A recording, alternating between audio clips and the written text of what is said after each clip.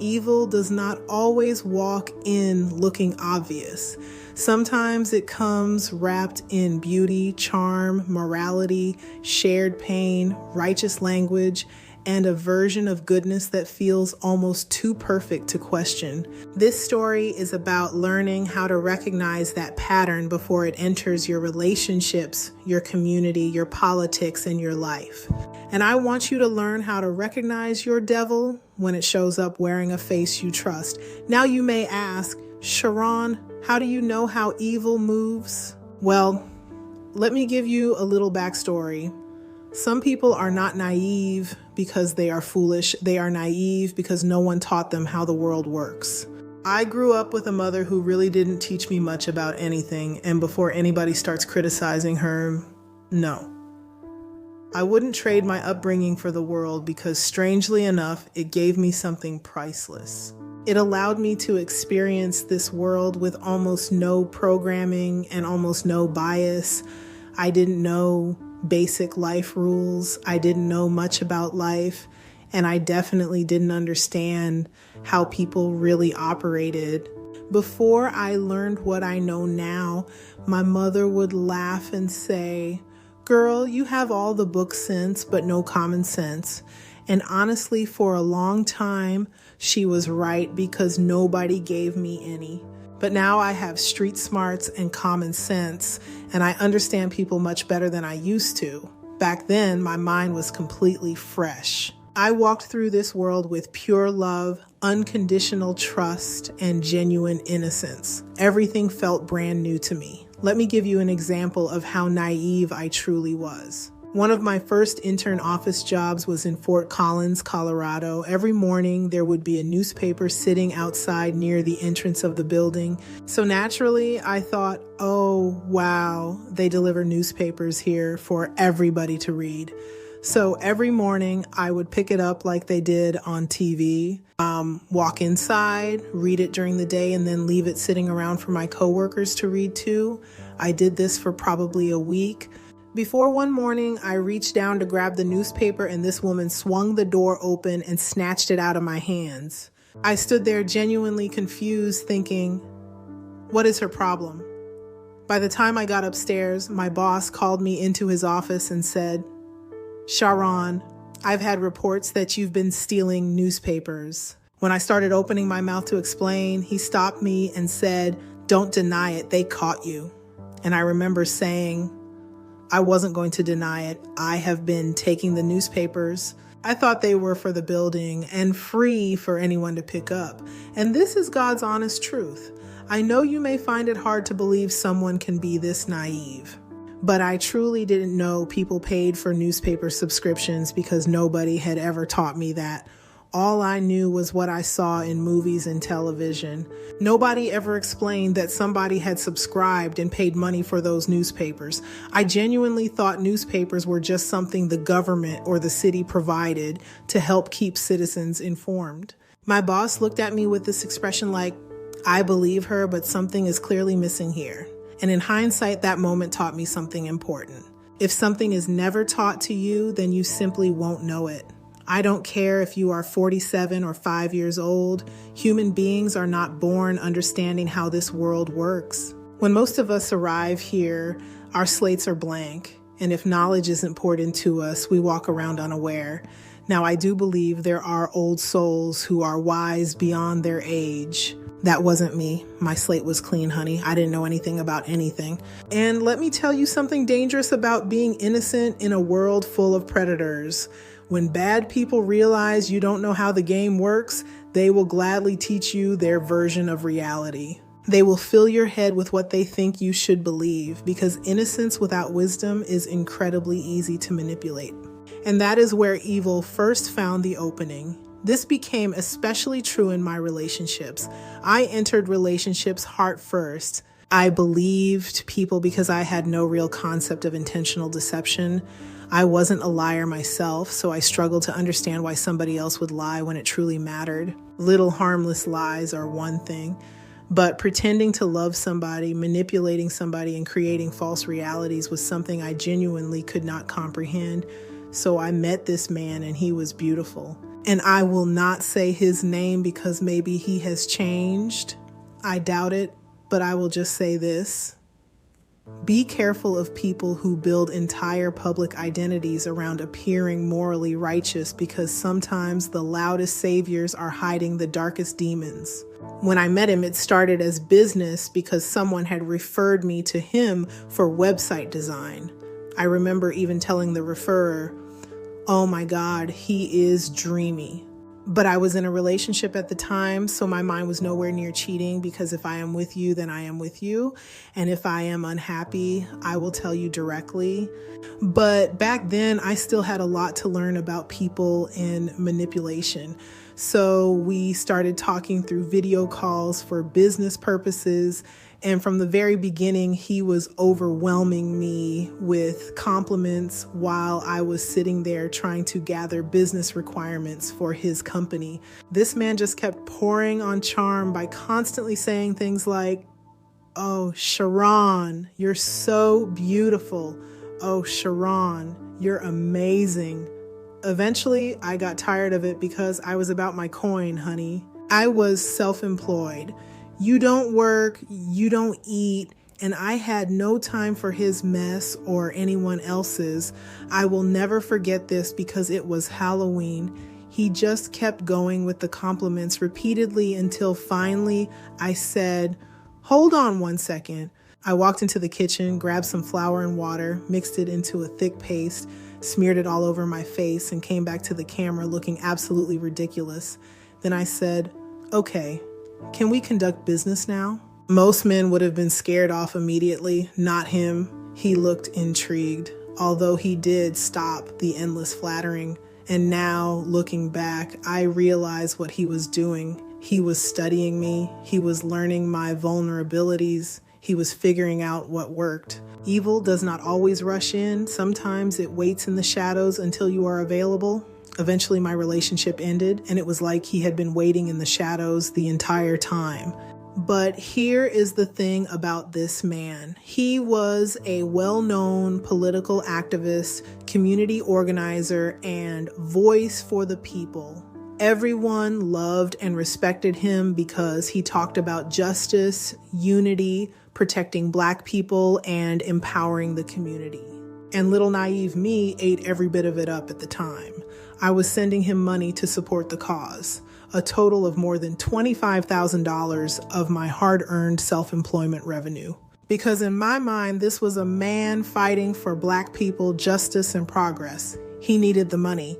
The cause needed the money. And meanwhile, this man was standing in his mother's basement manipulating women behind the scenes. He eventually moved to Denver, got married, and turned out to be polyamorous too, which I did not know. Had I known he was married, I would have disappeared immediately. But this is exactly how evil works. Evil hides, evil performs. Evil creates a character for you to fall in love with before it ever reveals itself. By the time the truth started coming out, he already had me hook, line, and sinker. Those reveals were benign to me. I was all in. I remember one day he told me he had been arrested and needed around $2,500 for bail money. At the time, though self-employed, I was doing fairly well. I was making less than I made in corporate America, but every dollar I earned came directly from my own effort. So when he asked me for the money, I innocently asked, "Wait, they let you use Facebook while you're locked up? I see you just commented on one of your posts." And that was one of the first moments where the mask really slipped. His entire demeanor changed immediately. Suddenly it became, "So are you sending the money or not? Are you questioning me?" There was no explanation, no reassurance, just pressure. But because I believed in who he pretended to be, I sent it anyway. And of course, it was all a lie. There was no arrest, there was no bail, there was no emergency at all, just manipulation. At the time, I didn't know the term malignant narcissist. I had never even heard the word gaslighting before, but I knew something felt deeply wrong. The more secure he became that he had me emotionally, the more the mask slipped. Suddenly, he was calling me names I had never been called in my life. Whore, fat whore, dumb ass, slut, bitch, and any other derogatory statement he could use to keep me low. Now I understand why manipulators do this. They accuse you of being immoral, so you spend all your energy trying to prove that you are not. That keeps you psychologically trapped. Then came the reality confusion. He would do something awful and then say things like, "That never happened. You're imagining things." And because I had never encountered psychological warfare before, I started questioning my own reality. Eventually, I became anxious all the time. One day, I was doing something he asked of me. I thought he would be proud, but his reaction crushed me so deeply that I genuinely thought I was having a stroke. The entire right side of my body locked up with pain and numbness. I rushed to urgent care, terrified. I remember sitting there waiting while thinking, I could die here easily and no one would question me. Spiritually, I was exhausted. Part of me didn't even care if I lived anymore, but Lord knows I did not want to hear my mom's mouth fussing even in death. She kept me here. She really did. The doctor finally examined me, and after checking everything, he said, "You're not having a stroke, you're having a panic attack." Then he asked me, "Do you feel it right now?" And when I realized I didn't, he said, "That's because you feel safe." I broke down crying right there in the exam room because in that moment I realized I wasn't safe in my relationship. My body knew before my mind accepted it. Honey, my hair was falling out. I was constantly anxious. I was emotionally exhausted. I was psychologically unraveling. Then one day I came across the definition of gaslighting in a Facebook meme, and it felt like lightning hit my brain. Finally, there was language for what I was experiencing. That led me into researching malignant narcissism until eventually I found the work of Shahida Arabi, and I remember thinking, oh my God, that's him. Every single thing matched his tactics, public charm mixed with private cruelty. And here is the lesson in all of this. Evil almost never introduces itself honestly. It does not usually arrive looking dangerous, broken, cruel, or corrupt. In fact, I am going to say something controversial here. The safest people I have known were a little rough around the edges, sarcastic, blunt, and hard-headed, but I would still trust them to an extent because what you see is exactly what you get. They are transparent, so you know how to act accordingly. But evil? Evil studies goodness. Evil mirrors goodness. Evil understands that if it showed up looking monstrous, nobody would let it in. So instead, it arrives beautiful. Charismatic, empathetic, smiling, soft-spoken, morally aware, emotionally intelligent. Evil will tell you exactly what your heart wants to hear. And once your heart opens the door, that is when the real face slowly begins to emerge. Need proof? Just look at the history of serial killers. People like Ted Bundy were described as charming and handsome. Jeffrey Dahmer didn't walk around looking like a monster. Even John Wayne Gacy dressed as a clown to entertain children. And that is exactly my point. Evil survives through attraction, trust, and emotional seduction. Evil cannot afford to present itself honestly because if it did, you would run immediately. Now take that same pattern and look at how evil moves through politics. So briefly, let's take this into the political sphere. Evil will also present itself as someone who tells you exactly what you want to hear. It talks how you want it to talk. It adjusts its speech depending on which audience it is standing in front of, because it understands that people relax when someone sounds familiar, looks familiar, and appears to dislike the same people they dislike. Don't look at skin color, look at actions. I implore you, please think. Take your heart out of the equation for a minute. Let your inner child go sit in the back of your subconscious and play with some toys or something because the child has done enough. Put the adult forward, put the mother and father forward, put your conscience forward, put your reasoning mind forward, put discernment forward, then ask yourself what is actually happening beneath the performance. Now, ask yourself what you are actually watching when a well-educated person suddenly starts changing their speech, performing little music videos online, making TikToks, and acting out a whole character just to keep you emotionally engaged. That is how evil moves. It morphs into whatever it needs to be in order to get your attention. It doesn't lead with facts. It doesn't lead with a clear agenda. It doesn't say, "This is what I plan to do." Instead, it listens to what you hate and says, Oh, you don't like that person? Me either. Let me talk about that all day so you feel like we are on the same side. That isn't leadership, that is emotional bait. Hatred does not stay emotional forever. It starts looking for permission to harm. People also need to understand something deeply disturbing about hatred. Hatred almost never stops at emotion. Hatred naturally seeks permission to harm. And the easiest way to harm another human being psychologically, emotionally, socially, or physically is to first convince yourself they are no longer fully human. That is why people lie on you. People rarely tell lies just for entertainment. Most lies are moral preparation. They create a false version of you so they can justify how they mistreat you.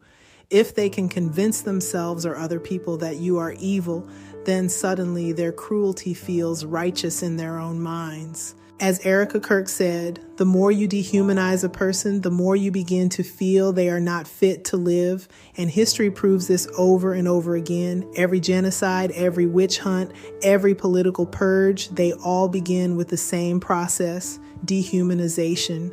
First, they distort your character. Then they isolate you. Then they strip away your humanity little by little until people no longer see a human being standing in front of them. They see a symbol, an enemy, a monster, a problem that needs to be removed. That is why discernment matters so much. When you see someone obsessively trying to convince the world that another human being is irredeemably evil, pay attention, because sometimes what they are really doing is psychologically preparing themselves and others to justify cruelty. And this happens in relationships too. My ex could not simply abuse me. He had to first convince himself I deserved it. That is why manipulators call you names, attack your character, and rewrite reality.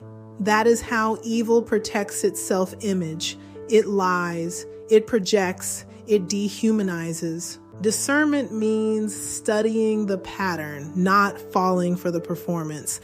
I am telling you with 100% certainty that when you see someone playing on your fears, your anger, and your emotions while telling you they are fighting for you, you need to pause and ask what they are actually doing. Too many of these people get elected into office and then do everything except what the people actually needed them to do. Government doesn't pay that much. So what is really going on? How does someone enter office worth $150,000 and leave worth $100 million? You have to use discernment because evil is beautiful. Ironically, one of the people I trust most in this world may also be one of the biggest assholes I know. But I trust this person with my life because the difference is consistency and character. He was an asshole from day one, remained an asshole throughout, and never pretended to be anything other than exactly who he was. That is why I trust him, because what I see is what I get. And beneath all that roughness is still a genuinely good person. That isn't how evil moves. Evil doesn't come in consistent. Evil comes in curated. So you have to be vigilant. You have to let your inner child and your heart relax for a bit. My innocence could have gotten me accused of stealing or worse.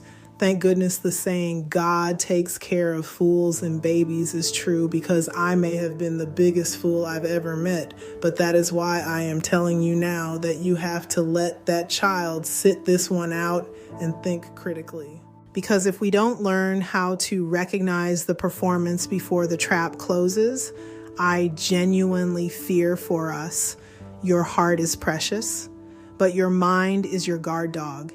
You need discernment. You need skepticism, you need observation, you need the ability to study actions instead of appearances. Stay vigilant, lead with your mind, let your heart follow. Now I want to hear from you. Before you go, I want you to leave a comment and tell me your story. When did you learn that the world wasn't as nice as you thought it was? Share your story because somebody else may need the language you had to learn the hard way. And if this helped you see something more clearly, please like this video and subscribe for more conversations like this. Because around here, we are not just healing, we are learning, we are sharpening our discernment, and we are becoming harder to manipulate. Until then, travel well.